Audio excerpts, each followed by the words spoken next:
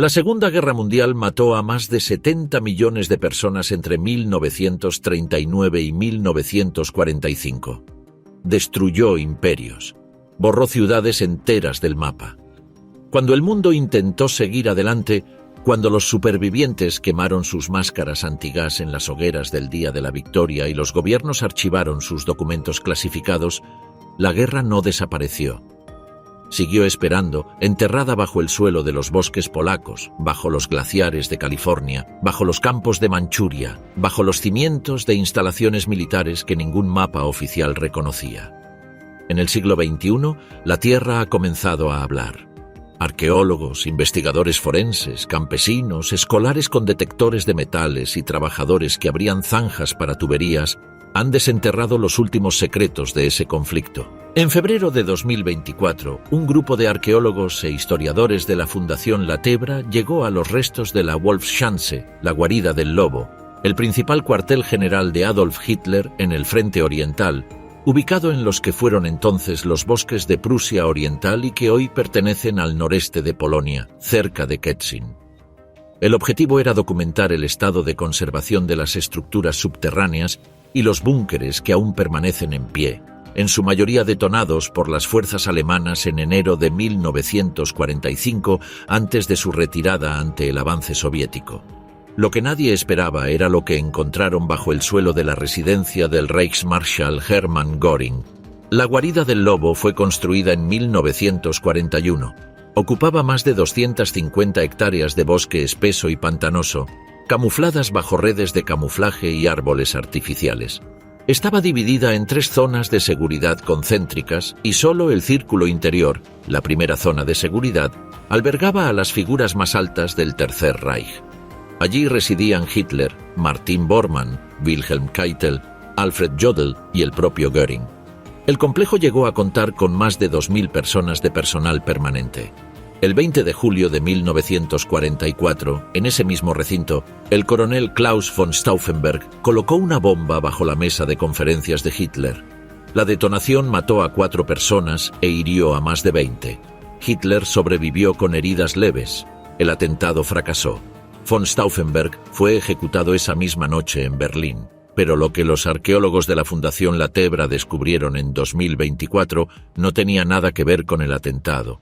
Bajo lo que había sido un antiguo cuarto de baño situado en el subsuelo de la residencia de Göring, a pocos centímetros de la superficie, los arqueólogos hallaron 5 esqueletos humanos. Todos estaban dispuestos en la misma dirección. Ninguno tenía manos, ninguno tenía pies. Los restos pertenecían a 3 adultos, un adolescente y un bebé. No había ropa, no había objetos personales, no había nada que permitiera identificarlos de inmediato. El hallazgo fue reportado por The Guardian, National Geographic y Reuters. Las autoridades polacas autorizaron de inmediato una investigación forense oficial. Equipos de expertos de la Policía Científica Polaca y del Instituto Forense de Cracovia comenzaron los análisis de datación por radiocarbono, osteología y ADN mitocondrial. La ausencia de extremidades plantea 2 hipótesis principales que los investigadores evalúan de forma paralela. La primera es la descomposición diferencial. En suelos con determinada composición química, las extremidades distales pueden degradarse más rápidamente que los huesos largos del cuerpo central, especialmente en presencia de humedad y ácidos orgánicos. La segunda, más perturbadora, es la mutilación deliberada pre-mortem o post-mortem, una práctica documentada en contextos de ejecuciones sumarias durante la ocupación alemana de Polonia. La datación provisional sugiere que los restos podrían situarse en un rango temporal que abarca desde el periodo de entreguerras hasta los últimos años de la ocupación alemana, es decir, entre finales de la década de 1930 y enero de 1945. Sin embargo, los análisis no habían concluido en el momento del cierre de esta investigación. ¿Quiénes eran? La presencia de un bebé y un adolescente descarta casi por completo una ejecución relacionada con combate. Las hipótesis incluyen prisioneros de guerra no documentados, trabajadores forzados de los que no se llevó registro o víctimas de la violencia de ocupación en la región de Prusia Oriental, donde entre 1939 y 1945 Las SS y la Gestapo ejecutaron a civiles con una frecuencia que los archivos alemanes solo documentan de forma parcial. La guarida del lobo tiene hoy estatus de monumento histórico protegido. Atrae a unos 200.000 visitantes al año, sus búnkeres volcados, sus corredores inundados, sus paredes de hormigón de hasta 8 metros de grosor permanecen en pie como reliquia. Bajo esa misma tierra, según los arqueólogos, es probable que queden más secretos por descubrir. 5 cuerpos sin manos ni pies, enterrados bajo la casa del segundo hombre más poderoso del Tercer Reich. La ciencia trabaja. Las preguntas permanecen abiertas. El 18 de noviembre de 1942, a las 8:30 de la mañana, un Beechcraft AT-7 Navigator despegó desde la base aérea Mather, en Sacramento, California. Era un vuelo de entrenamiento de navegación. A bordo iban el teniente segundo William A. Gamber, piloto al mando, y 3 cadetes de aviación, Ernest G. Moon, John M. Mortenson y Leo Arvid Mustonen. Mustonen tenía 22 años. Era hijo de inmigrantes finlandeses nacido en Brainerd, Minnesota, y se había alistado en el Ejército del Aire de los Estados Unidos en su último año de secundaria. Era inteligente, metódico, con aptitud para la navegación. Sus instructores lo describían como uno de los cadetes más prometedores del grupo. Esa mañana, el vuelo tomó rumbo norte hacia la Sierra Nevada. Las condiciones meteorológicas comenzaron a deteriorarse sobre las cumbres.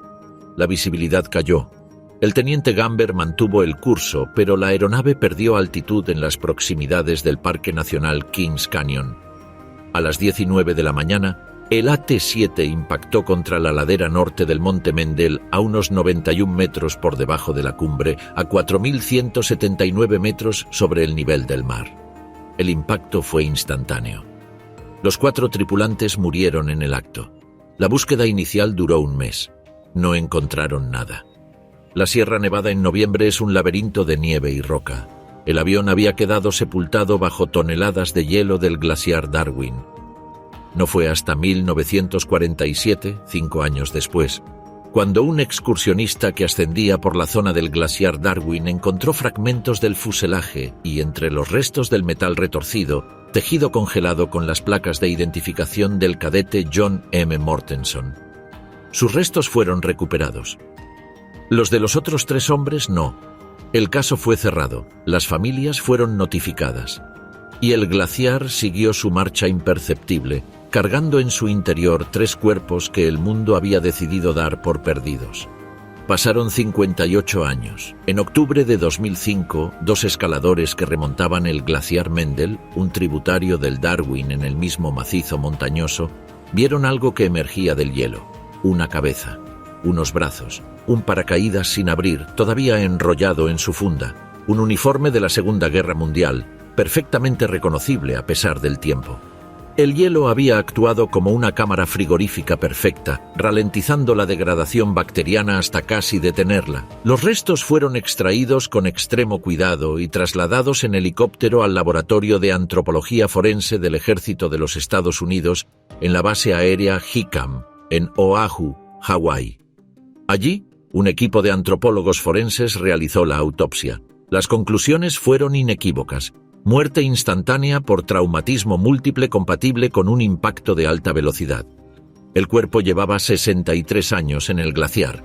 La identificación positiva se obtuvo mediante análisis de ADN mitocondrial, comparando el material genético extraído del hueso del fémur con muestras proporcionadas por parientes maternos de Leo Arvid Mustonen, que aún vivían en Minnesota. La concordancia fue total. Era él.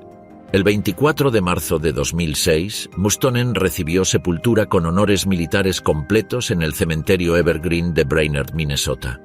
La ceremonia contó con la presencia de veteranos, familiares y representantes del Ejército del Aire. Un hombre que había pasado 63 años suspendido en el hielo de las montañas de California volvía finalmente a casa. En agosto de 2007, el mismo glaciar entregó otro cuerpo.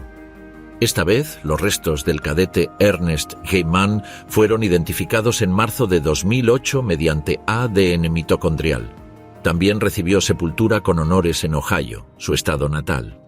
El teniente segundo William A. Gamber, el piloto al mando, nunca fue recuperado. Una expedición planificada para 2009, financiada parcialmente por la familia, no pudo realizarse por falta de fondos. El glaciar Mendel avanza entre 2 y 4 metros anuales. Matemáticamente, los restos de Gamber deberían emerger en algún punto de ese trayecto. Pero ¿cuándo? ¿Y en qué estado? Nadie puede saberlo. 3 de los 4 hombres que despegaron aquella mañana de noviembre de 1942 han podido ser identificados y enterrados con dignidad.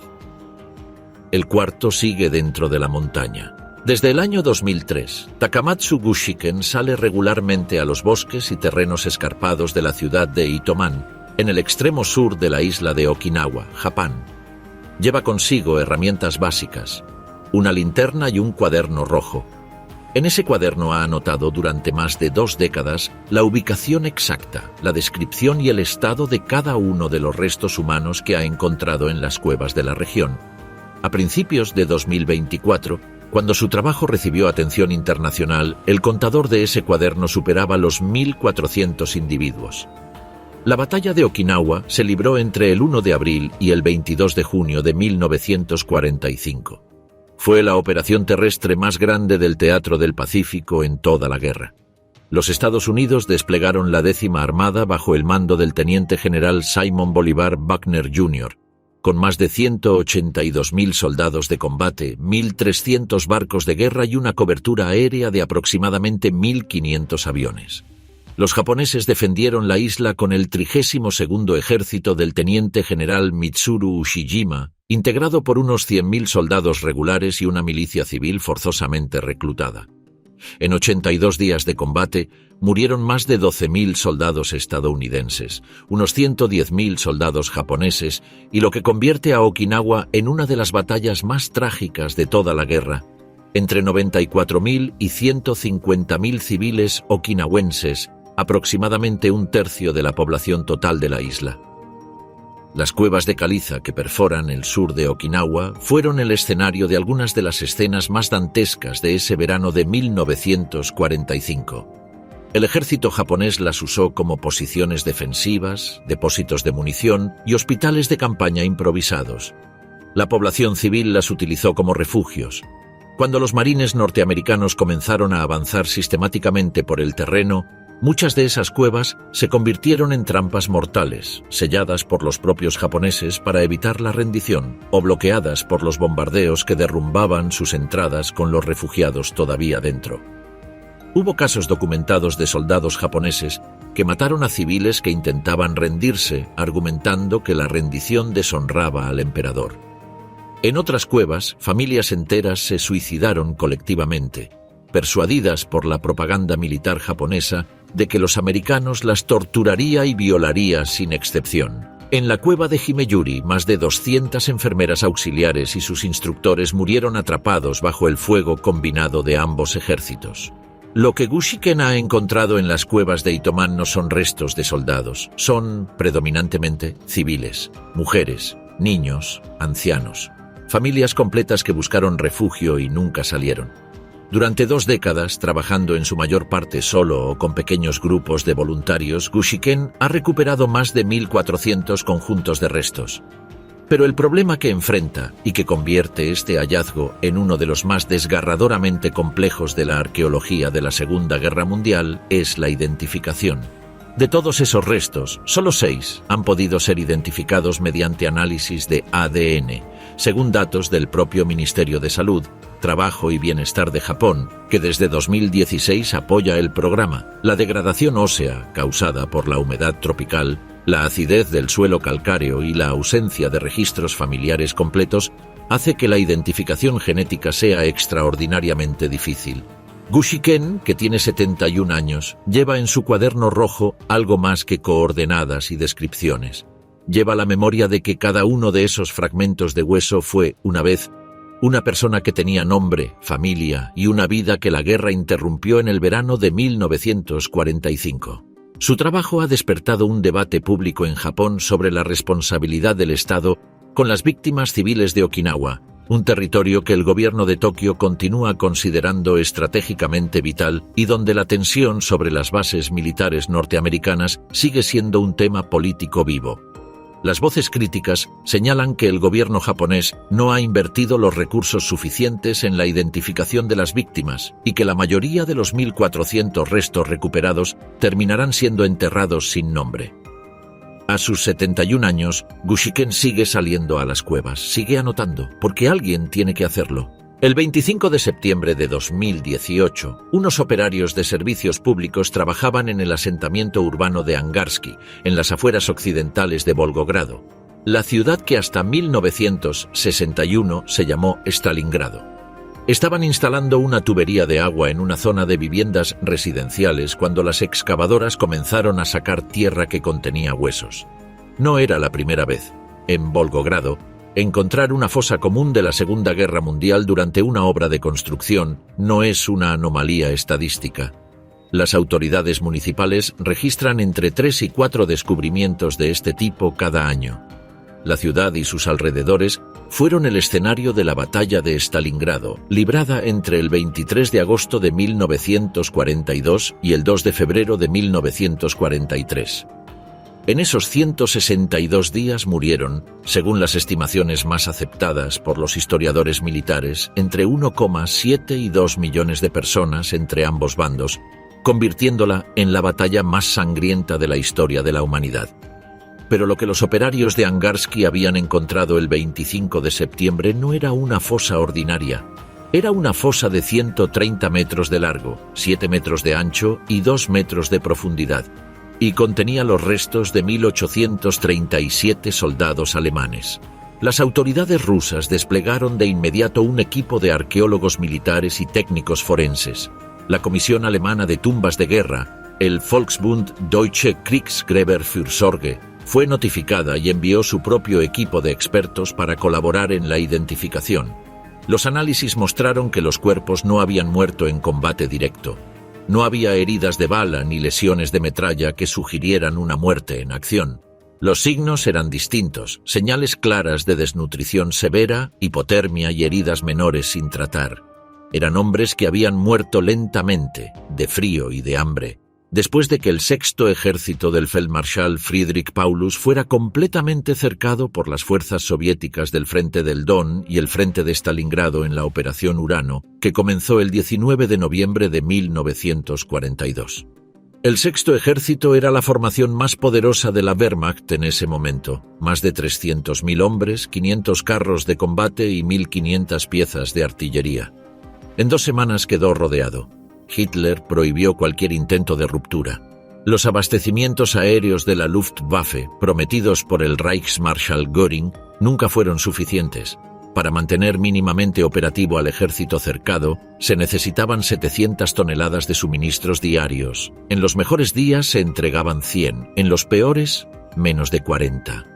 Los hombres comenzaron a morir de frío a mediados de diciembre de 1942. Las temperaturas en la estepa rusa ese invierno cayeron a menos 30 grados Celsius. No había mantas suficientes, no había carbón. Las raciones alimentarias se redujeron progresivamente, primero a 300 gramos de pan diarios, luego a 200, finalmente a menos de 100. Los soldados mataban y comían los caballos de la artillería, luego comían los cinturones de cuero, luego dejaban de comer. El 2 de febrero de 1943, Paulus, ascendido a Feldmarschall apenas un día antes, se rindió.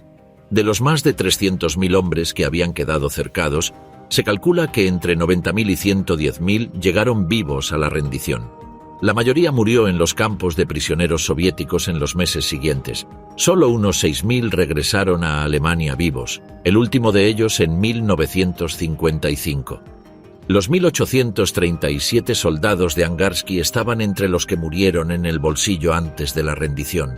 Sus cuerpos habían sido enterrados en esa fosa durante el invierno de 1942 a 1943, posiblemente por sus propios camaradas o por los soldados soviéticos que avanzaban.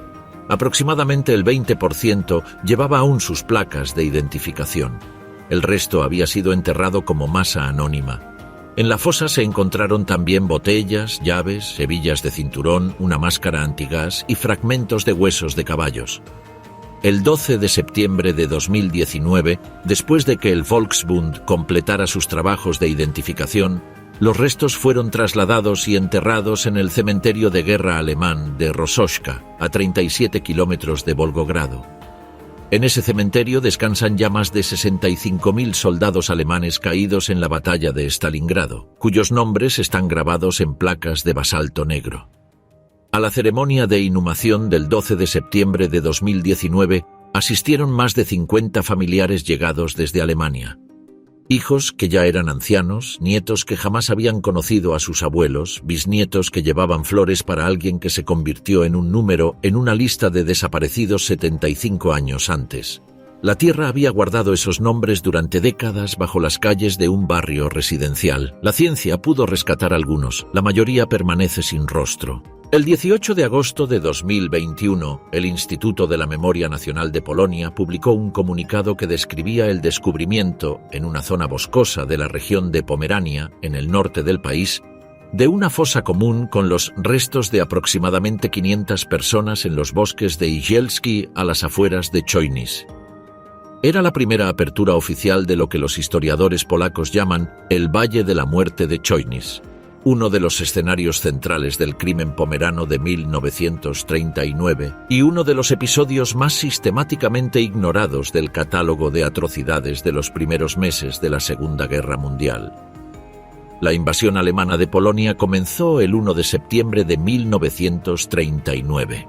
En los días inmediatamente posteriores a la ocupación, las unidades de las Einsatzgruppen, grupos operativos móviles de la SS y la Policía de Seguridad, comenzaron a ejecutar de forma sistemática a la élite intelectual, política, religiosa y administrativa de los territorios conquistados. En Pomerania, la región costera del norte que había pertenecido a Alemania antes del Tratado de Versalles y que Polonia había recuperado como acceso al mar, esta operación recibió el nombre en clave de Intelligenzaktion Pommern, acción de inteligencia pomerana. El objetivo era explícito en los documentos internos de la SS: eliminar a todos los elementos de la población que pudieran organizar una resistencia, mantener una identidad polaca o impedir la germanización del territorio. Maestros, curas, médicos, abogados, terratenientes, dirigentes de sindicatos, miembros del clero, activistas culturales, sus familias, a veces simplemente sus vecinos. Los densos bosques de Pomerania ofrecían pantallas naturales perfectas para las ejecuciones en masa. Los bosques de Igielski, cerca de Chojnice, se convirtieron en uno de los principales escenarios. Las víctimas eran conducidas en grupos, fusiladas en el borde de zanjas previamente excavadas y enterradas. Las órdenes posteriores de las SS incluían instrucciones para borrar los registros y dispersar a los testigos. Las estimaciones históricas más cuidadosas calculan que entre 20.000 y 40.000 personas fueron víctimas del crimen pomerano entre septiembre de 1939 y finales de 1941. Muchos de los cuerpos nunca fueron encontrados. Los bosques los guardaron durante 80 años. La excavación del Instituto de la Memoria Nacional, dirigida por un equipo de arqueólogos y forenses bajo la supervisión del juez instructor Piotr Kowalski, reveló detalles que los años no habían borrado. Los esqueletos presentaban agujeros de bala en la región craneal, consistentes con disparos de ejecución. Entre los huesos aparecieron fragmentos de cruces, medallas religiosas y objetos personales, una hebilla de cinturón, un botón de camisa con las iniciales grabadas, monedas.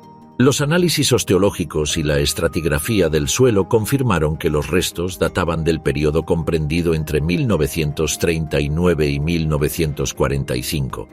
Los trabajos continuaron durante 2022 y 2023. Para septiembre de 2023, el número total de cadáveres recuperados en el Valle de la Muerte había ascendido a más de 700.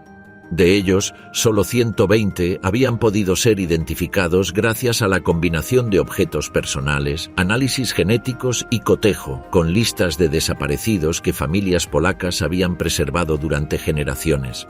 El 2 de septiembre de 2024, el Estado polaco celebró un funeral de Estado en la Basílica Menor de San Juan Bautista de Chojnice. Los restos de más de 700 personas fueron depositados en 188 ataúdes de madera oscura, cubiertos con la bandera polaca, Tras la liturgia, una procesión larga y silenciosa acompañó los féretros hasta una parcela especialmente construida en el cementerio de las víctimas de los crímenes alemanes de Chojnice. El primer ministro polaco Donald Tusk pronunció un discurso en el que describió el acto como el cierre de una deuda que el Estado polaco tenía con sus ciudadanos asesinados. 85 años después de que los bosques de Igielski se convirtieran en un cementerio clandestino, las víctimas recibieron por fin un entierro con nombre. El 5 de marzo de 2017, en una granja de Birkelse, al norte de Dinamarca, en la región del Jutlandia septentrional, un escolar de 14 años llamado Daniel Christiansen hacía un proyecto para la escuela. Con la ayuda de su padre, llevaba un detector de metales por el campo familiar, siguiendo las instrucciones de la asignatura, que pedía a los alumnos buscar objetos históricos enterrados en la tierra de sus propiedades. Era un ejercicio de historia local. Daniel no esperaba encontrar nada relevante. A cierta profundidad, el detector comenzó a señalar con insistencia.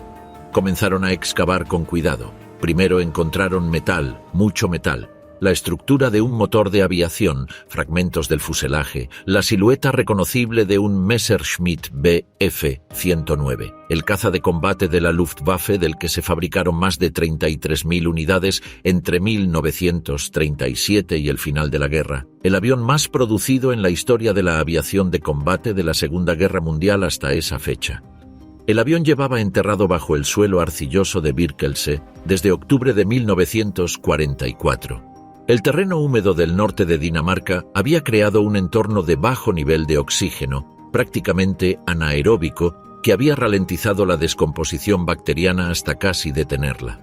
No solo el metal estaba bien conservado, los materiales orgánicos también. Junto con los restos del avión, los Christiansen encontraron restos humanos, y junto a los restos humanos, sus documentos de identificación. El Museo Histórico de Jutlandia del Norte asumió inmediatamente la dirección de la excavación. Un equipo de arqueólogos especializados en aviación y un equipo forense de la Universidad de Copenhague trabajaron durante semanas para recuperar metódicamente cada fragmento. Los restos óseos, preservados en un estado excepcional por las condiciones del suelo, fueron analizados en los laboratorios del Instituto de Medicina Forense de Copenhague. Los documentos encontrados junto a los restos incluían un diario de servicio de la Luftwaffe, en cuyas páginas podían leerse las fechas de vuelo y las anotaciones de misiones, y un reloj de pulsera con las iniciales grabadas en la correa. La confrontación de estos datos con los archivos del Bundesarchiv Militärarchiv de Friburgo, que conserva los registros del personal de la Luftwaffe, proporcionó la identidad del piloto. Su nombre era Hans Wunderlich. Había nacido el 22 de julio de 1925. Tenía 19 años cuando murió. Era oriundo de Alemania y se había incorporado a la Luftwaffe como uno de los últimos pilotos de caza reclutados en el período final de la guerra, cuando el Tercer Reich empezaba a reclutar a jóvenes de 17 y 18 años para compensar las pérdidas insostenibles en el frente aéreo. Se cree que el avión se estrelló en octubre de 1944, posiblemente después de un combate aéreo sobre el Mar del Norte o por un fallo mecánico durante un vuelo de patrulla sobre el territorio danés ocupado. En Dinamarca, la ocupación alemana comenzó el 9 de abril de 1940 y se prolongó hasta el 5 de mayo de 1945. Durante ese tiempo, más de 6.000 soldados alemanes murieron en territorio danés y en las aguas circundantes, muchos en accidentes de aviación, naufragios y enfrentamientos con la resistencia danesa. Tras la confirmación oficial de la identidad de Wunderlich, sus restos fueron enterrados en un cementerio militar alemán en Dinamarca, donde el Volksbund Deutsche Kriegsgräberfürsorge mantiene varias instalaciones. No se ha podido establecer si la familia fue notificada o si quedan descendientes directos. Llama la atención algo de valor profundamente humano en este hallazgo. Un escolar de 14 años que hacía un trabajo escolar encontró en el campo de su familia a un joven de 19 años que llevaba 73 años esperando a que alguien lo desenterrara. Dos chicos, separados por 80 años y por un uniforme. Uno pudo volver a casa, el otro por fin lo hizo también. En 2024, investigadores de la Academia de Ciencias Militares de Pekín publicaron en la revista científica Emerging Infectious Diseases, editada por los Centros para el Control y la Prevención de Enfermedades de los Estados Unidos, los resultados de un análisis realizado en los terrenos del antiguo campo de pruebas al aire libre del Escuadrón 731, ubicado en el condado de Anda, provincia de Heilongjiang, en el noreste de China. Los resultados eran alarmantes. En las muestras de suelo extraídas del lugar, los investigadores detectaron la presencia de esporas viables de Bacillus anthracis, el agente etiológico del carbunco, conocido internacionalmente como anthrax. No trazas históricas inactivadas, esporas activas capaces de causar infección bajo determinadas condiciones de exposición. El Escuadrón 731 fue una de las unidades de investigación biológica más secretas y letales de la historia militar del siglo XX. Establecido formalmente en 1936 bajo el mando del general y médico Shiro Ishii, operaba bajo la cobertura oficial de Departamento de Prevención de Epidemias y Purificación de Agua del Ejército Kwantung. Su instalación central estaba ubicada en Pingfang, un municipio del condado de Harbin, en Manchuria, territorio chino ocupado por Japón desde 1931. El complejo de Pingfang cubría más de 6 kilómetros cuadrados e incluía laboratorios de alta contención biológica, cámaras de experimentación humana, crematorios, instalaciones de producción de agentes patógenos y una prisión donde los sujetos de experimentación eran mantenidos hasta ser utilizados. Los prisioneros sometidos a experimentación procedían en su gran mayoría de la población civil china, pero también incluían prisioneros de guerra soviéticos, coreanos, mongoles y, en algunos casos, prisioneros de otros países. En los documentos militares japoneses desclasificados y en los testimonios recogidos por los investigadores del proceso de Juzgado Militar Internacional para el Lejano Oriente, los prisioneros eran denominados con el término eufemístico maruta, que significa troncos de madera. Las experiencias del Escuadrón 731 incluían la inoculación directa de Yersinia pestis, la bacteria de la peste bubónica, cólera, fiebre tifoidea, disentería, sífilis y anthrax. Se realizaban vivisecciones sin anestesia para estudiar el progreso de las enfermedades en órganos vivos. Se exponía a los sujetos a congelación extrema para estudiar los efectos de la hipotermia y los límites fisiológicos del cuerpo humano. Se realizaban transfusiones de sangre entre grupos incompatibles. Se inyectaba aire en las venas para estudiar la embolia gaseosa. Las estimaciones de víctimas directas del Escuadrón 731 oscilan, según las fuentes, entre 3.000 y 12.000 personas, aunque algunos investigadores chinos consideran que la cifra real podría ser superior. El historiador Sheldon Harris, en su trabajo Factories of Death, 1994, señaló que la dificultad para establecer cifras exactas se debe en parte a que el propio escuadrón destruyó metódicamente su archivo de documentación antes de la rendición japonesa en agosto de 1945. El campo de pruebas exteriores de Anda fue construido en 1941 como la principal instalación al aire libre del Escuadrón 731, ubicado a unos 100 kilómetros al norte de Pingfang. Allí se realizaban pruebas de armas biológicas a mayor escala, detonando bombas de cerámica cargadas con B. anthracis o Yepestis a corta distancia de prisioneros atados a postes de madera. Hayao Sakaki, comandante de la 162ª Unidad de Manchuria y la mayor subunidad del Escuadrón 731 con sede en el condado de Linkou, declaró ante el Tribunal Militar Especial de Shenyang en 1956 haber presenciado personalmente algunas de estas pruebas. Lo que el estudio publicado en 2024 demostró, de forma que la comunidad científica internacional no ha podido ignorar, es que las esporas de B. anthracis halladas en el suelo de Anda coinciden genéticamente con las cepas descritas en los experimentos del Escuadrón 731 según documentos desclasificados. El análisis comparativo utilizó técnicas de secuenciación genómica de nueva generación para cotejar el material genético de las esporas con muestras de referencia históricas.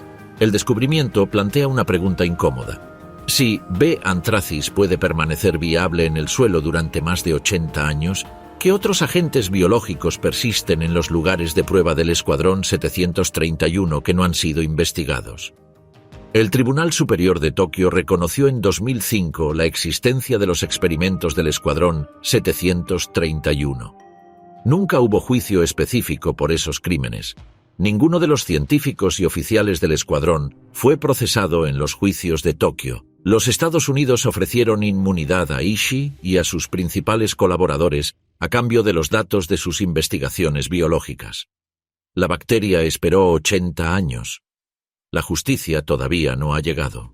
En algún momento de los primeros meses de 1945, 70 hombres gatearon uno detrás de otro, en la oscuridad casi absoluta, por un túnel de 1 metro cuadrado de sección y 18 metros de longitud, excavado con cucharas bajo el dormitorio número 9 del campo de prisioneros de guerra 198 de Island Farm, en Bridgend, País de Gales. Fuera los esperaba la noche del 10 de marzo de 1945. Ninguno llegó a Alemania, todos fueron recapturados. El más lejos que llegó un fugado fue unos 120 millas al sur de Birmingham. Pero el túnel que cavaron se convirtió en uno de los documentos arqueológicos más extraordinarios de la historia de los campos de prisioneros aliados durante la Segunda Guerra Mundial. El campo 198 de Island Farm no fue construido como campo de prisioneros. En 1938, la Real Fábrica de Municiones de Bridgend estableció una instalación de producción de proyectiles de artillería que llegó a emplear a más de 40.000 personas en su máximo funcionamiento. Para reducir los tiempos de desplazamiento de la plantilla, la fábrica construyó un campamento de barracones de madera en los terrenos de la granja Island Farm. El campamento resultó impopular entre las trabajadoras, que preferían hacer el largo trayecto diario desde sus hogares antes que dormir en barracones sin aislamiento térmico.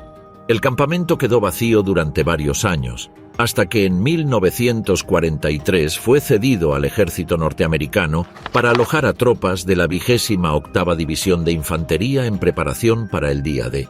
Tras el Día D, el campo pasó a acoger prisioneros de guerra alemanes. A finales de 1944, contenía varios cientos de reclusos, en su mayoría oficiales, muchos de ellos miembros de las Waffen-SS capturados durante la campaña de Normandía.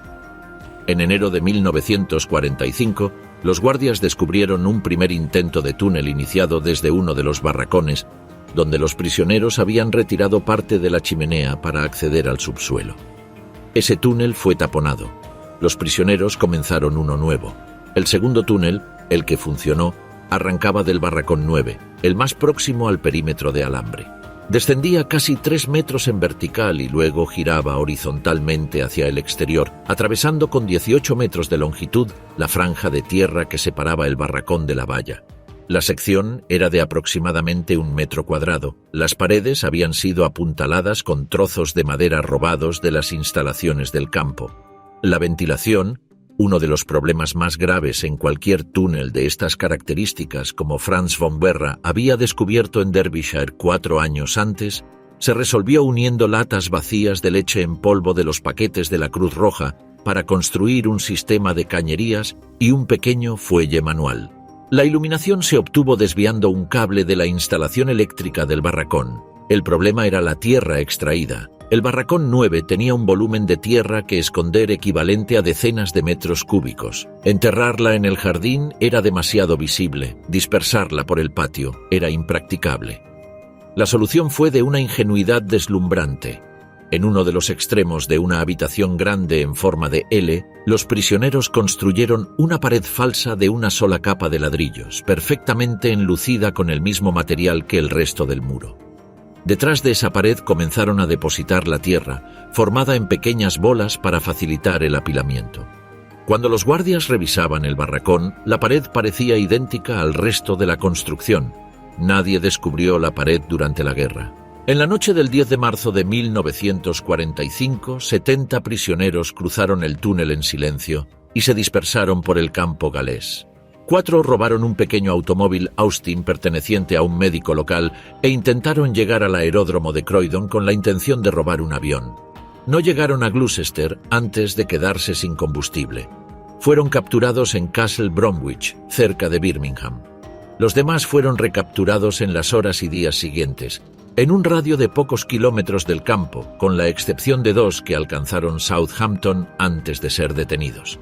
Después de la guerra, el campo 198 fue utilizado como instalación de alto rango, alojando a figuras como el Feldmarschall Gerd von Rundstedt y el Feldmarschall Erich von Manstein, hasta su repatriación en 1948.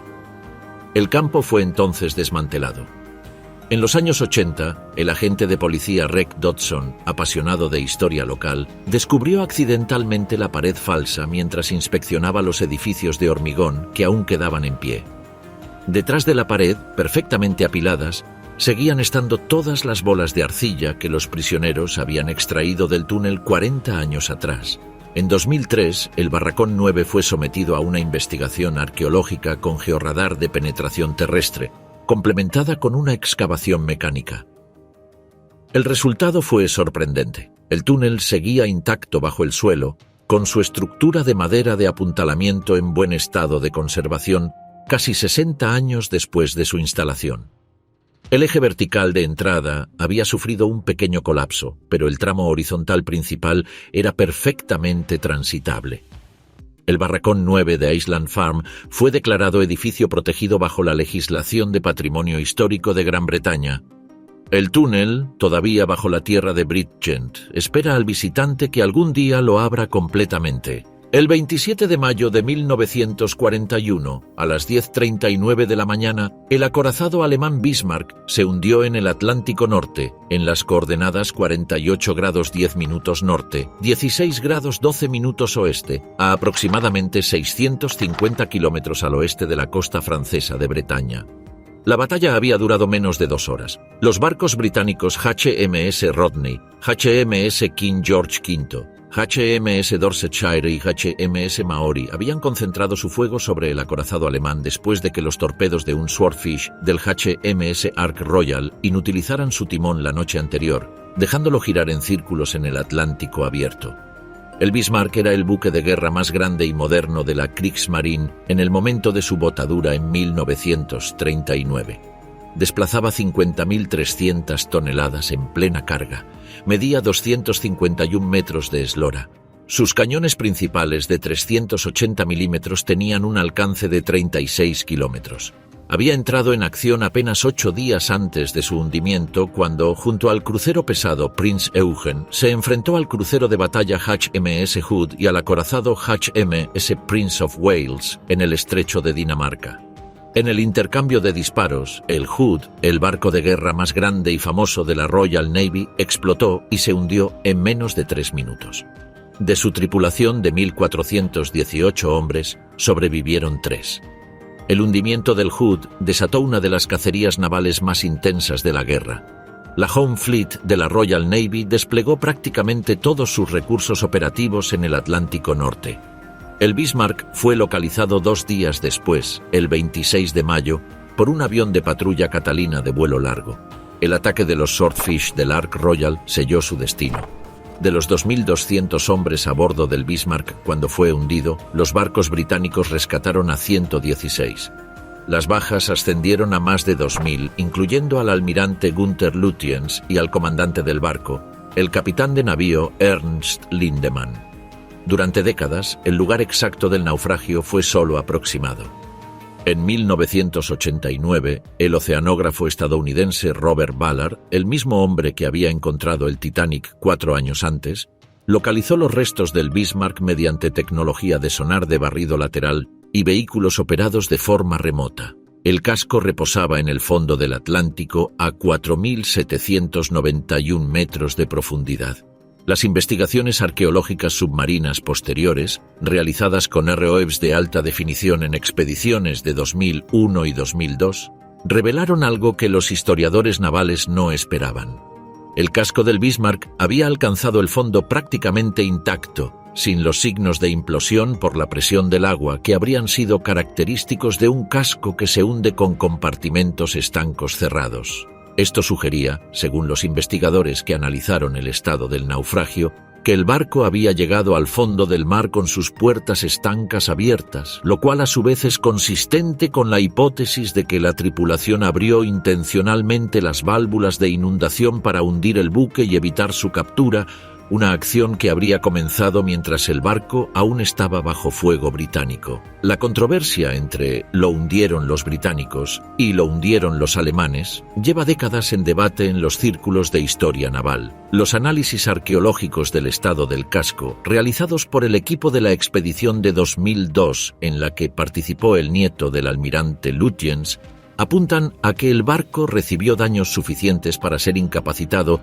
pero no para ser hundido inmediatamente, y que el hundimiento final fue acelerado por la apertura deliberada de las válvulas de inundación. Los restos del Bismarck siguen en el fondo del Atlántico.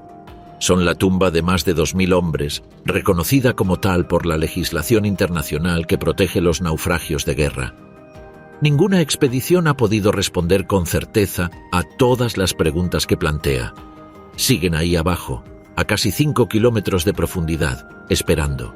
No todos los descubrimientos de la Segunda Guerra Mundial en el siglo XXI son fosas de ejecuciones o aviones estrellados. Algunos son más silenciosos, y precisamente por eso resultan igual de perturbadores. En un campo de prisioneros de guerra cuya ubicación exacta está documentada en los archivos de la National Heritage List de Inglaterra, pero cuyo nombre se reserva por razones de gestión del patrimonio, el arqueólogo Gabriel Moshenska y su equipo realizaron en la primera década del siglo XXI una excavación en una de las fosas de basura del campo. Lo que encontraron no eran armas ni documentos secretos. Eran los desechos cotidianos de hombres que habían vivido en ese campo durante meses o años entre 1944 y 1948. Botones de camisa, botellas de loza y de vidrio, cartones de comida, latas de carne en conserva, tarjetas de identidad, hojas de afeitar gastadas, cepillos de uñas y cepillos de dientes, cientos de cepillos de dientes. Este detalle, aparentemente trivial, condensa algo que los libros de historia no suelen capturar. Los hombres que vivían en esos campos querían mantener su higiene, su dignidad, una rutina que les recordara que eran personas y no simplemente números en un registro del ejército.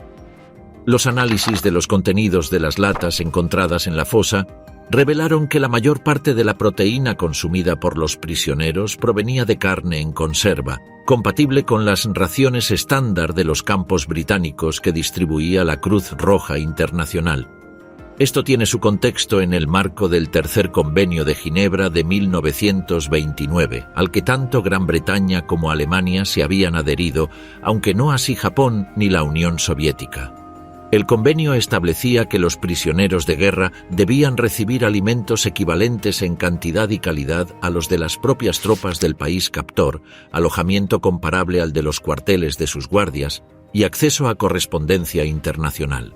En términos generales, los campos de prisioneros británicos cumplían estas normas, algo que marcaba una diferencia abismal con el trato que los prisioneros soviéticos recibían en los campos alemanes, donde la mortalidad llegó al 57% del total de capturados. Pero lo que la arqueología de estos campos revela que los documentos no muestran es el detalle humano, cómo un hombre resuelve su melancolía construyendo un tablero de ajedrez con fragmentos de madera de una cama rota, cómo otro transforma su mug de aluminio del rancho en un objeto decorado con grabados que reproducen el paisaje de su ciudad natal, como otro cava un pequeño jardín junto a su barracón y planta semillas de una lechuga que un guardia le ha dado, porque cultivar algo, ver crecer algo, es una forma de afirmar que el tiempo avanza y que el campo no es el final. El campamento Harper Lee, en el condado de Durham, es uno de los campos de prisioneros de guerra alemanes mejor conservados de Gran Bretaña.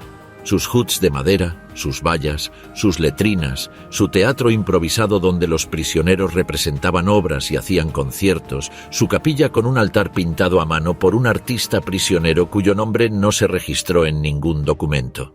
En sus paredes interiores permanecen pinturas murales realizadas con pinturas obtenidas mezclando barro y pigmentos vegetales, que muestran paisajes alpinos, escenas del campo alemán, retratos imaginarios de personas que los autores probablemente no volverían a ver.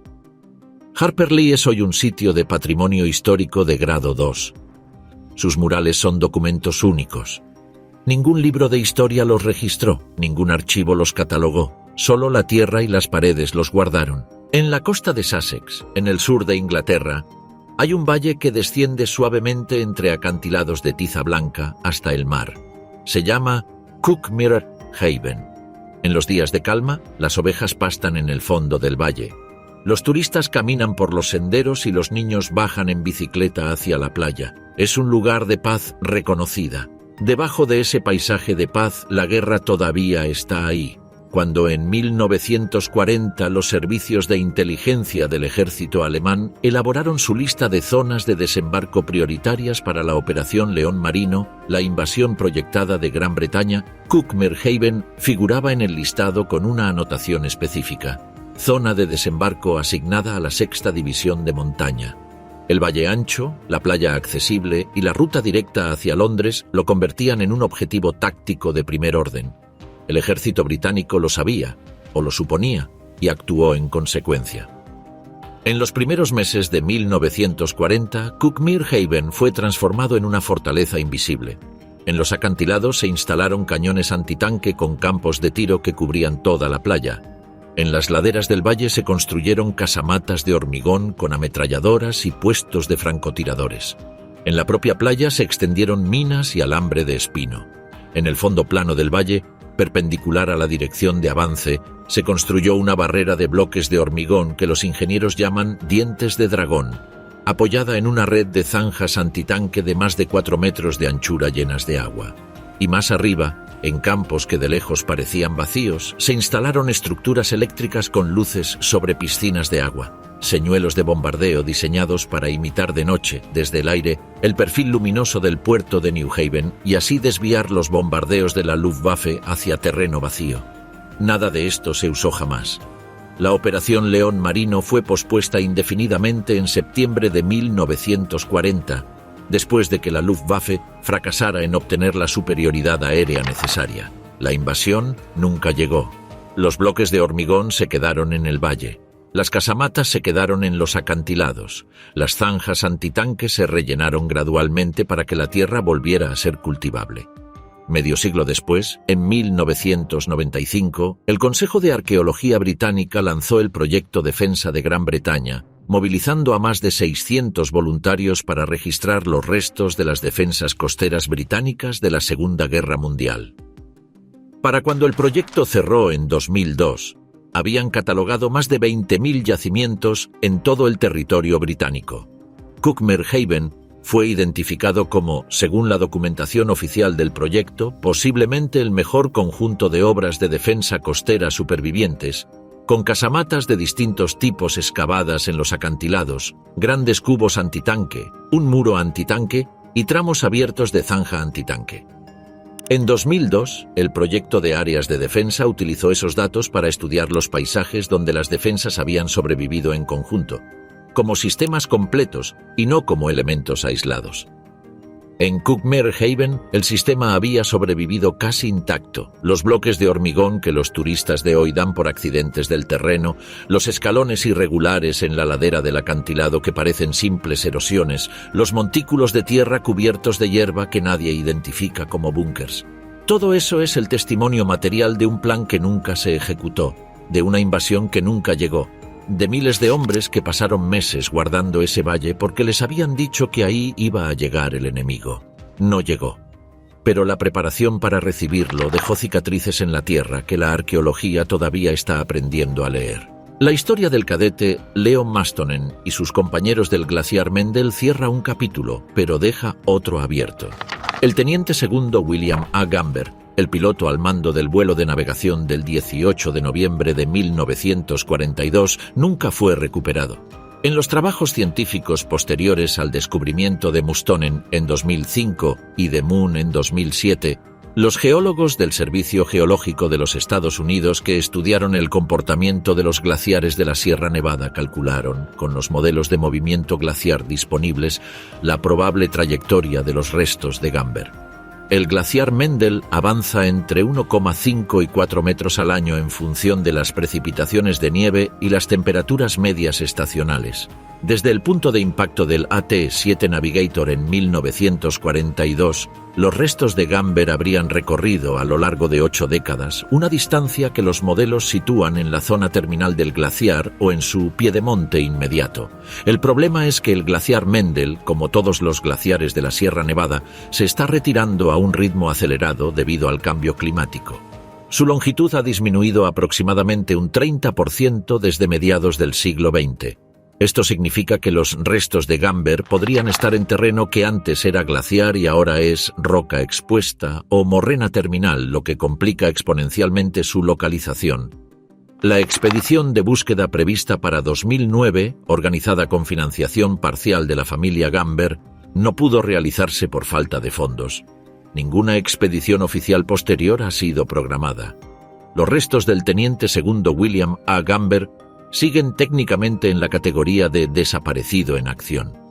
Este caso es emblemático de un problema mayor que la arqueología de la Segunda Guerra Mundial enfrenta de forma creciente en el contexto del cambio climático.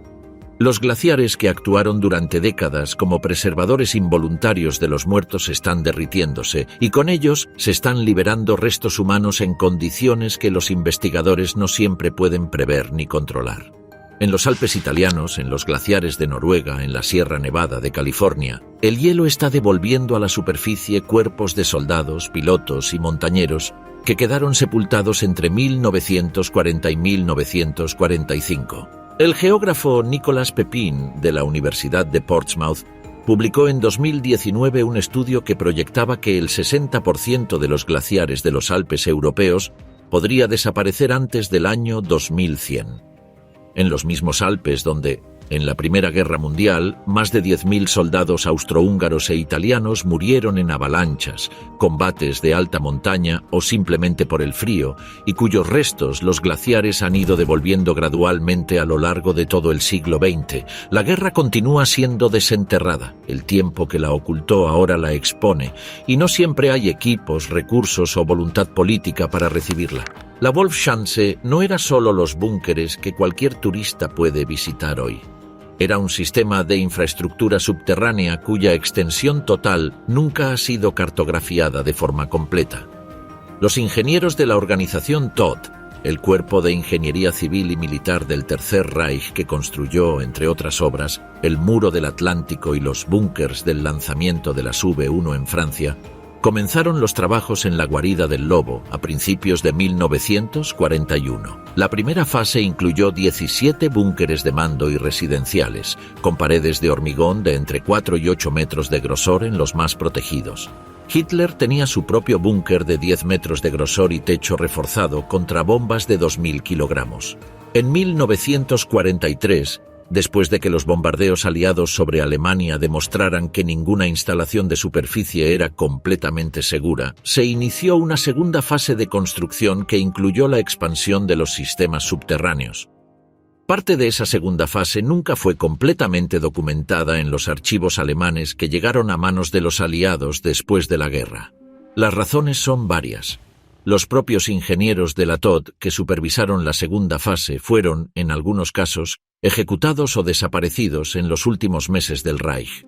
Los documentos de la primera fase que sobrevivieron estaban incompletos, y en enero de 1945, cuando las fuerzas alemanas evacuaron la instalación en 48 horas ante el avance del frente bielorruso del mariscal Georgi Zhukov, los explosivos colocados en los búnkeres detonaron parcialmente, colapsando algunos corredores y sellando otros. Las expediciones arqueológicas realizadas desde 2010 con georradar de penetración terrestre han identificado anomalías subterráneas en varias zonas del complejo que no corresponden a ninguna estructura documentada en los planos conocidos. Algunas de esas anomalías tienen dimensiones consistentes con corredores de acceso, otras con cámaras o almacenes. ¿Qué hay en esas cámaras? Los arqueólogos de la Fundación La Tebra, que dirige las investigaciones en el lugar, son cautelosos. La mayoría podría ser simplemente colapsos de terreno, variaciones naturales de la composición del subsuelo o espacios dejados por la detonación de los búnkeres. Pero algunas de las anomalías tienen perfiles que los ingenieros forenses del equipo no han podido explicar satisfactoriamente. Fue en el contexto de estas investigaciones cuando, en febrero de 2024, el equipo encontró los 5 esqueletos bajo la casa de Göring. Lo que también encontraron, y que los informes publicados mencionan solo de pasada, es que hay al menos 2 anomalías subterráneas adicionales en el sector de la primera zona de seguridad que no han podido ser aún investigadas directamente. Las autoridades polacas han autorizado la continuación de las excavaciones. La guarida del lobo todavía tiene secretos. La tierra los está guardando. La pregunta es ¿qué pasará cuando salgan a la luz? En el invierno de 1940, en Swanwick Heath, una mansión señorial reconvertida en campo de prisioneros de guerra en Derbyshire, un grupo de oficiales de la Luftwaffe fundó una empresa de construcción clandestina. Se llamaron a sí mismos, con un humor que solo alguien en su situación podría apreciar, Swanwick Tiefbau AG, Sociedad Anónima de Excavaciones Profundas de Swanwick. Su director general era el Leutnant Franz von Werra. Von Werra, nacido en 1914 en Leuk, Suiza, y criado por padres adoptivos en Alemania, se había unido a la Luftwaffe en 1936. En 1940, como adjutante del segundo grupo del Jagdgeschwader 3, participó en la campaña de Francia y en la batalla de Inglaterra. El 5 de septiembre de 1940, su avión fue interceptado sobre Londres por Spitfires. Con el motor dañado, realizó un aterrizaje de emergencia en un campo de la granja Loves Farm, cerca de Marden, en Kent. Fue capturado ileso, paradójicamente, por el cocinero de una unidad antiaérea. De esa captura comenzó uno de los itinerarios de evasión más extraordinarios de la guerra. Von Werra fue trasladado sucesivamente a los cuarteles de Maidstone, la jaula del distrito de Londres en los jardines del Palacio de Kensington para la primera interrogación, el centro combinado de interrogación de servicios en Trent Park, donde los dormitorios estaban microfoneados y los espías se hacían pasar por compañeros de celda para extraer información adicional. Y finalmente al primer y único campo de oficiales de prisioneros en Grisedale Hall, en el distrito de los Lagos. Allí realizó su primer intento de fuga, escondiéndose en una cabaña de pastor. Lo encontraron en un charco de barro después de varios días a la intemperie. Trasladado a Swanwick Heath, von Werra organizó la Sociedad Anónima. En diciembre de 1940, tras un mes de trabajo con cucharas, boles de metal y cualquier objeto improvisado que pudieran sustraer, el túnel estaba terminado. 30 metros de longitud desde el dormitorio hasta el otro lado de la valla de seguridad. La noche de la fuga planeada, von Werra y varios compañeros cruzaron el túnel. Su plan era hacerse pasar por un piloto holandés derribado y convencer a una base de la RAF de que le dejaran subir a un avión. En la base aérea de Hucknall consiguió llegar hasta un avión y comenzar a estudiar los controles antes de ser arrestado a punta de pistola. Fue su último intento en suelo británico. En enero de 1941 lo embarcaron hacia Canadá. Del tren que lo llevaba al campo, saltó al exterior cerca de Montreal. Cruzó el río San Lorenzo helado hasta los Estados Unidos, entonces todavía neutrales, y llegó a Ogdensburg, Nueva York, convertido en sensación mediática. De allí viajó a través de Perú, Brasil y España hasta llegar a Alemania, aclamado como héroe. Fue el único prisionero de guerra alemán en lograr una evasión completa desde la custodia aliada durante toda la guerra. En octubre de 1941, su avión desapareció sobre el Mar del Norte durante operaciones en el Frente del Este. No se encontró rastro, pero el túnel de Swanwick sigue ahí. Hoy Swanwick Heath es un centro de conferencias cristiano. Los responsables del centro son conscientes de la historia del lugar y el túnel, según los últimos registros disponibles, permanece intacto bajo el jardín. No ha sido arqueológicamente investigado con los medios modernos, pero existe. 30 metros de historia excavados con cucharas, guardados bajo la tierra de Derbyshire, esperando. En algún lugar de Gran Bretaña, bajo el patio de juegos de una escuela primaria que lleva décadas en funcionamiento, hay un refugio antiaéreo de la Segunda Guerra Mundial sellado y casi olvidado. Gabriel Moszenska, arqueólogo del UCL Institute of Archaeology, excavó uno de estos refugios en la primera década del siglo XXI. Era un abrigo Andersons de hormigón reforzado, enterrado a menos de 2 metros de profundidad bajo el nivel del patio, con acceso a través de una escalera de metal que los años habían oxidado hasta convertirla en casi polvo. El abrigo había sido sellado después de la guerra, rellenado parcialmente con tierra y material de demolición, y literalmente olvidado debajo del pavimento que se instaló sobre él en los años 50. Cuando el equipo de Moshenska abrió el acceso y descendió, encontraron el refugio en un estado de suspensión temporal que lo hacía parecerse a una instantánea de 1944. Los bancos de madera donde los niños se sentaban durante los bombardeos todavía estaban en su sitio, aunque la madera se había doblado y agrietado con los años. En las paredes de hormigón, a la altura de los brazos de un niño, había nombres grabados con monedas o clavos, primeros nombres, apodos, algunos con fechas. Bert, 1943. Mary y Joan, 1944. En el suelo, entre el lodo acumulado por la filtración de agua durante décadas, había objetos. Una careta antigás infantil, de las que el gobierno británico distribuyó en 1938 en modelo especial para niños, con el filtro y la máscara pintados de colores primarios para hacerlas menos aterradoras. Una pelota de goma aplastada, un botón de uniforme escolar. El contexto histórico de este descubrimiento tiene su peso propio. Entre septiembre de 1940 y mayo de 1941, el Blitz alemán sobre las ciudades británicas mató a más de 43.000 civiles, hirió a más de 139.000 y destruyó más de 1 millón de viviendas. El bombardeo de Londres duró 57 noches consecutivas sin interrupción entre el 7 de septiembre de 1940 y el 2 de noviembre de 1940.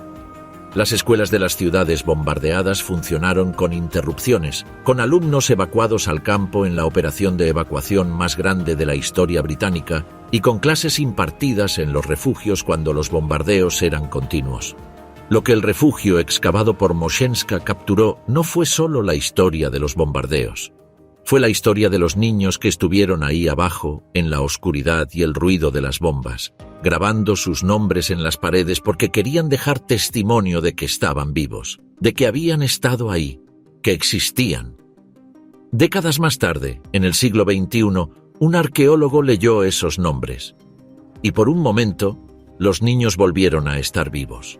En el campamento Harperley, en el condado de Durham, al noreste de Inglaterra, el tiempo hizo algo infrecuente. En lugar de borrar las huellas del pasado, las conservó. Harperley fue un campo de prisioneros de guerra establecido a principios de 1943 para alojar a prisioneros italianos capturados en el norte de África después de las victorias del general Bernard Montgomery en el Alamein. Para el otoño de 1943, después de la rendición italiana del 8 de septiembre, el estatus de los prisioneros cambió de forma extraña. Italia era ahora un cobeligerante aliado de los aliados, lo que convertía a los soldados italianos capturados en una categoría ambigua de cooperadores, a quienes se permitía trabajar fuera del campo con mayor libertad a cambio de mejores condiciones. Muchos prisioneros italianos en campos como Harperley, en lugar de intentar fugas, canalizaron sus energías hacia la producción artística. Lo que permanece en las paredes de varios de los edificios de Harperley, declarado en 2002 como uno de los campos de prisioneros de guerra mejor conservados de Gran Bretaña y protegido como patrimonio histórico de grado 2, es un conjunto de pinturas murales de una calidad y una emotividad que asombran a quien los visita.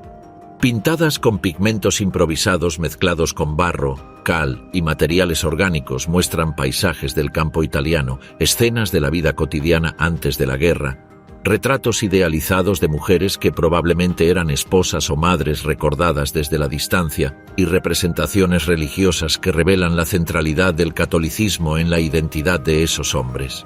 El teatro improvisado del campo, construido por los propios prisioneros, tiene aún hoy un escenario pintado con decorados que recrean las columnas del Foro Romano. El telón de fondo muestra el Coliseo. En las gradas donde los prisioneros se sentaban para ver las actuaciones de sus compañeros, los asientos de madera llevan grabados en sus respaldos los nombres de los hombres que los ocupaban. Estos objetos, estas pinturas, estos nombres no aparecen en ningún documento oficial de la guerra. No los registró ningún corresponsal, no los fotografió ningún oficial. Solo sobrevivieron porque nadie se molestó en destruirlos cuando el campo fue desmantelado en 1948, y porque en las décadas siguientes el edificio fue utilizado como granero, lo que mantuvo sus interiores secos y alejados de la humedad destructiva. En el siglo XXI, cuando los arqueólogos comenzaron a documentar Harper Lee, lo que encontraron era un archivo humano de personas que habían estado en cautiverio, que habían tenido miedo, que habían tenido nostalgia, que habían amado, que habían rezado y que habían dejado todo eso impreso en las paredes de madera y hormigón de un campo en Durham, esperando a que alguien los viera. Entre las muchas formas que la arqueología de la Segunda Guerra Mundial adopta en el siglo XXI, hay una especialmente silenciosa: la excavación de los solares donde estuvieron las casas que las bombas destruyeron. En Londres, varios barrios del East End, del sur del río y de áreas portuarias como las Docklands conservaron, durante décadas después de la guerra, solares vacíos donde los edificios habían sido demolidos por las bombas sin que ningún constructor nuevo llegara a levantar nada. El suelo de esos solares, cubierto de hierba y maleza, contuvo durante años las ruinas de los cimientos de esas casas y, enterrados entre los escombros, los restos de la vida doméstica de las familias que habían vivido en ellas. En excavaciones realizadas en el contexto del desarrollo urbano del área de los Juegos Olímpicos de Londres de 2012, que obligó a excavar extensas áreas del East End antes de la construcción de las instalaciones deportivas, los arqueólogos de Oxford Archaeology y del Museo de Arqueología de Londres encontraron, en varios solares con restos de bombardeo, colecciones de objetos cotidianos que habían quedado sepultados bajo las ruinas de sus propias casas. Tazas de porcelana del desayuno, marcos de fotografía de latón, ropa, cubiertos, monedas y juguetes, camiones de hojalata pintada, algunos con las ruedas todavía girando en el laboratorio de conservación cuando se limpiaron de la capa de tierra y cal que los había cubierto durante 60 años. Muñecas de porcelana con el pelo de lana todavía parcialmente intacto, peonzas de madera, soldaditos de plomo. El contexto en el que esos juguetes fueron encontrados, en las ruinas de casas destruidas por bombas, bajo capas de cascotes y yeso, les da una dimensión que un objeto en un museo o en una colección privada no puede tener. Esos juguetes no fueron abandonados, fueron enterrados vivos. Las bombas cayeron sobre las casas mientras las familias estaban en los refugios o en los sótanos, y cuando las familias sobrevivientes volvieron después del bombardeo, no encontraron nada recuperable, solo ruinas. Los objetos que hoy están en los almacenes de los museos arqueológicos de Londres, catalogados con siglas y números de inventario, no son solo artefactos. Son la última imagen de una vida que existió y que una bomba interrumpió en una fracción de segundo. El 26 de junio de 2012, durante los trabajos de construcción de las instalaciones para los Juegos Olímpicos de Londres en el East End, los operarios que excavaban un solar en Stratford encontraron una bomba alemana SC-250 sin explotar, enterrada a unos 4 metros de profundidad. La bomba, de 250 kilogramos de carga explosiva y más de 1 metro de longitud, había caído durante el Blitz probablemente en el invierno de 1940 a 1941, había penetrado en el suelo sin detonar por fallo de la espoleta y había permanecido allí durante 71 años, perfectamente capaz de explotar. Los equipos de desactivación del Ejército Real procedieron a la desactivación controlada de la bomba. Nadie resultó herido. No fue el único caso. A lo largo de los trabajos de preparación del Parque Olímpico, se encontraron varias unidades adicionales de munición sin explotar de la Segunda Guerra Mundial, incluyendo proyectiles de artillería antiaérea, granadas de mano y varios envases de incendiarios.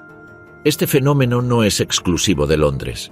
En Hamburgo, Berlín, Múnich y Colonia, las ciudades alemanas que sufrieron los bombardeos más intensivos de la Fuerza Aérea Británica y de la Octava Fuerza Aérea Norteamericana entre 1942 y 1945, los especialistas en desactivación de explosivos del Kampfmittelräumdienst gestionan cada año entre 500 y 2.000 llamadas de alerta por munición no detonada descubierta en obras de construcción, jardines privados y fondos de ríos.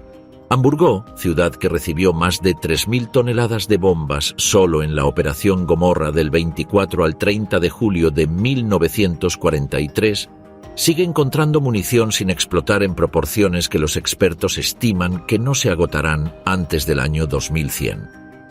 En Bélgica y el norte de Francia, el fenómeno es doble.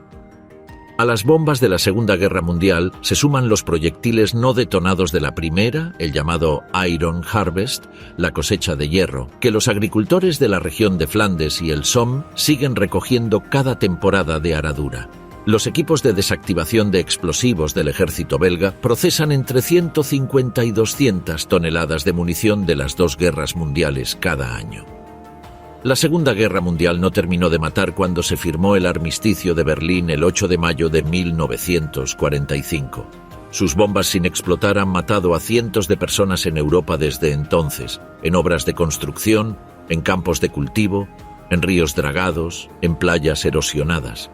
El suelo de Europa sigue siendo un archivo activo y ese archivo todavía puede matar. La Segunda Guerra Mundial terminó oficialmente el 2 de septiembre de 1945, cuando el general Douglas MacArthur aceptó la rendición del Imperio japonés a bordo del USS Missouri en la bahía de Tokio. Pero para algunos soldados japoneses, la guerra no terminó ese día. El teniente Hiroo Onoda fue destacado en la isla de Lubang, en las Filipinas, en diciembre de 1944.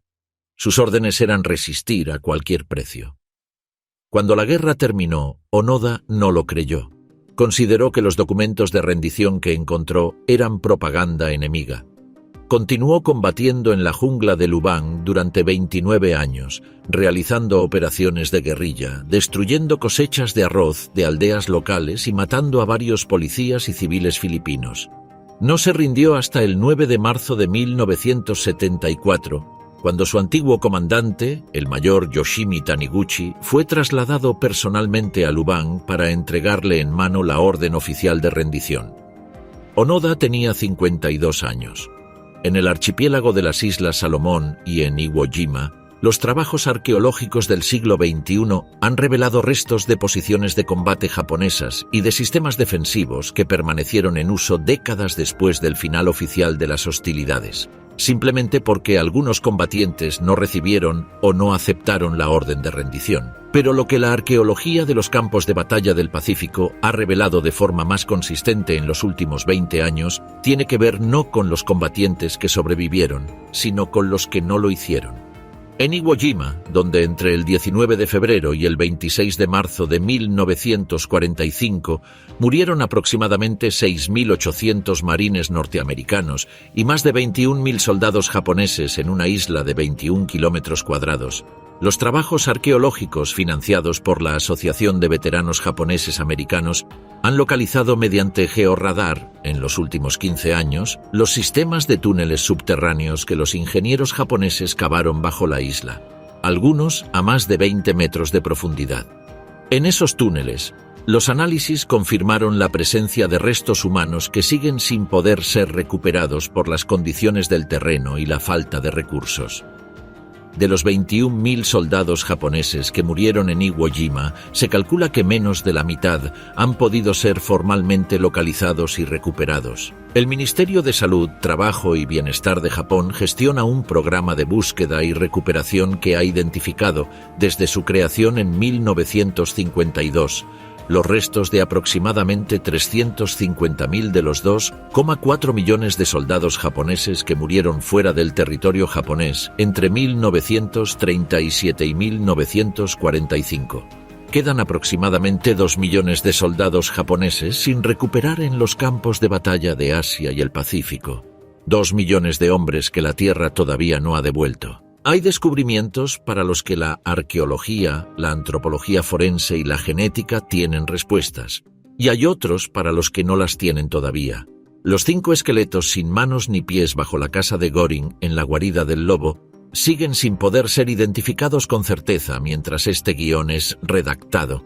Los análisis de ADN mitocondrial extraídos de los huesos de los 3 adultos no han encontrado coincidencias en ninguna base de datos genética de familiares de desaparecidos. El bebé y el adolescente tienen una degradación ósea que complica la extracción de material genético suficiente para el análisis. Las autoridades polacas no han publicado los resultados del análisis de radiocarbono y el silencio en torno a ese aspecto específico de la investigación ha generado especulaciones entre los historiadores sobre si los resultados de datación plantean una cronología incómoda. Las esporas de Bacillus anthracis encontradas en el campo de pruebas de Anda del Escuadrón 731 representan un desafío científico diferente. La capacidad de supervivencia de las esporas de carbunco ha sido extensamente documentada. El ejemplo más citado en la literatura científica es la isla escocesa de Gruinard, donde el gobierno británico realizó pruebas con bombas de anthrax en 1942 y donde el suelo permaneció contaminado con esporas viables hasta que fue sometido a una descontaminación masiva con formaldehído y agua de mar entre 1986 y 1987. 44 años de contaminación activa en un territorio que no había sido sometido a ningún proceso de depuración. En Anda, las pruebas se realizaron entre 1941 y 1945.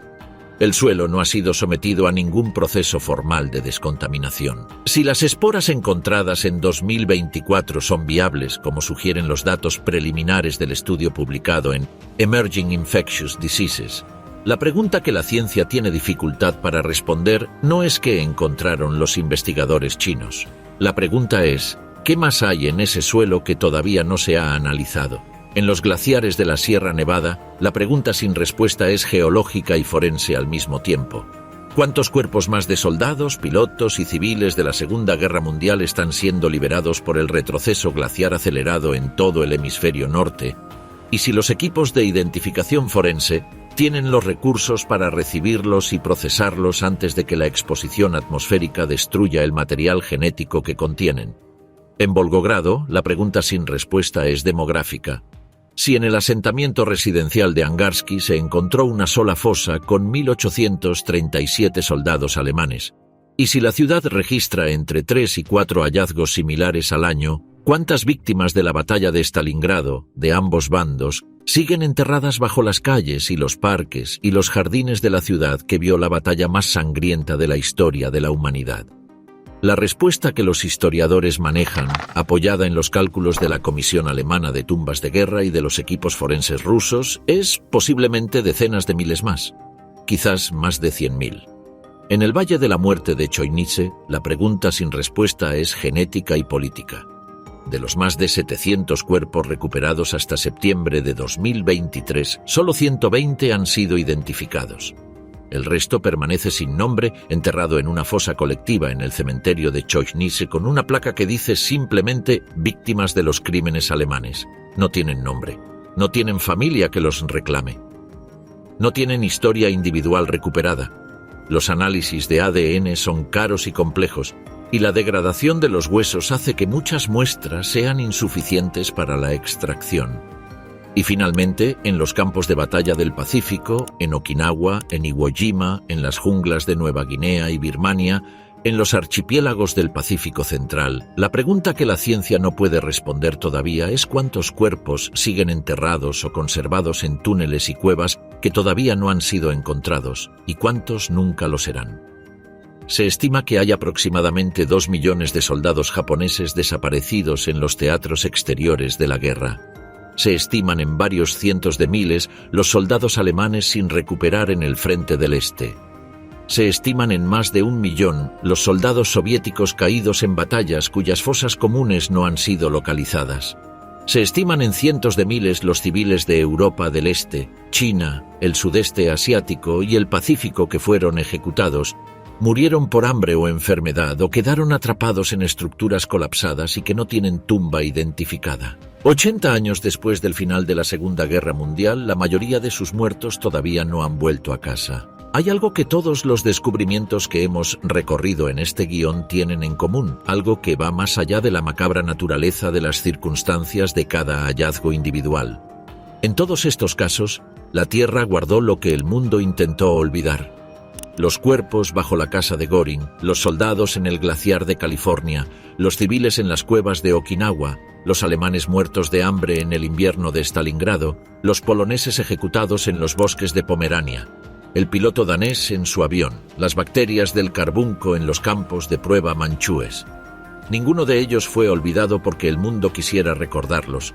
Fueron olvidados precisamente porque el mundo no quiso hacerlo. Los archivos se destruyeron, los testigos murieron, los lugares fueron cubiertos de tierra, de asfalto, de hierba, de agua. Se construyó sobre ellos, se sembró sobre ellos, se vivió sobre ellos sin saber qué había debajo. Y luego, 80 años después, la tierra los devolvió. Un escolar de 14 años en Dinamarca haciendo un proyecto escolar. Un operario de servicios públicos abriendo una zanja para una tubería en Volgogrado. Un voluntario de 71 años en Okinawa con un cuaderno rojo. Un detective historiador en Bridgend que golpeó una pared que sonaba hueca. Investigadores chinos tomando muestras de suelo en un campo de pruebas abandonado en Manchuria. No fueron grandes programas gubernamentales ni misiones científicas con presupuestos millonarios los que encontraron la mayoría de estos secretos. Fueron personas ordinarias prestando atención a la tierra que pisaban. La Segunda Guerra Mundial mató a entre 70 y 85 millones de personas, dependiendo de qué metodología se use para calcular la cifra. De esas personas, la mayoría murió lejos de casa, en terrenos que no eran los suyos, en circunstancias que nadie documentó con rigor. Sus nombres no están en ningún monumento. Sus historias no están en ningún libro. Su ADN está en huesos enterrados bajo glaciares, cuevas, solares residenciales, campos de pruebas militares y trincheras anónimas. La arqueología de la Segunda Guerra Mundial es, en su núcleo más profundo, el intento de devolver a esas personas su existencia individual, su nombre, su historia, su muerte con nombre propio en lugar de número en una lista de bajas. No siempre lo consigue. La ciencia tiene límites. Los presupuestos tienen límites. El tiempo degrada el ADN y los huesos y los objetos personales hasta convertirlos en polvo. Muchos muertos no serán jamás identificados. Pero el intento importa, el acto de excavar, de analizar, de publicar, de organizar ceremonias funerarias con ataúdes para personas que murieron hace 80 años sin que nadie les cerrara los ojos. Ese acto tiene un significado que va más allá de la historia como disciplina académica. Es el reconocimiento de que cada vida humana, incluso cuando ha sido destruida por la peor guerra de la historia, merece un nombre. La Tierra sigue guardando sus secretos. Todos los años, en algún punto del planeta, la Segunda Guerra Mundial vuelve a la superficie, y alguien tiene que estar ahí para recibirla.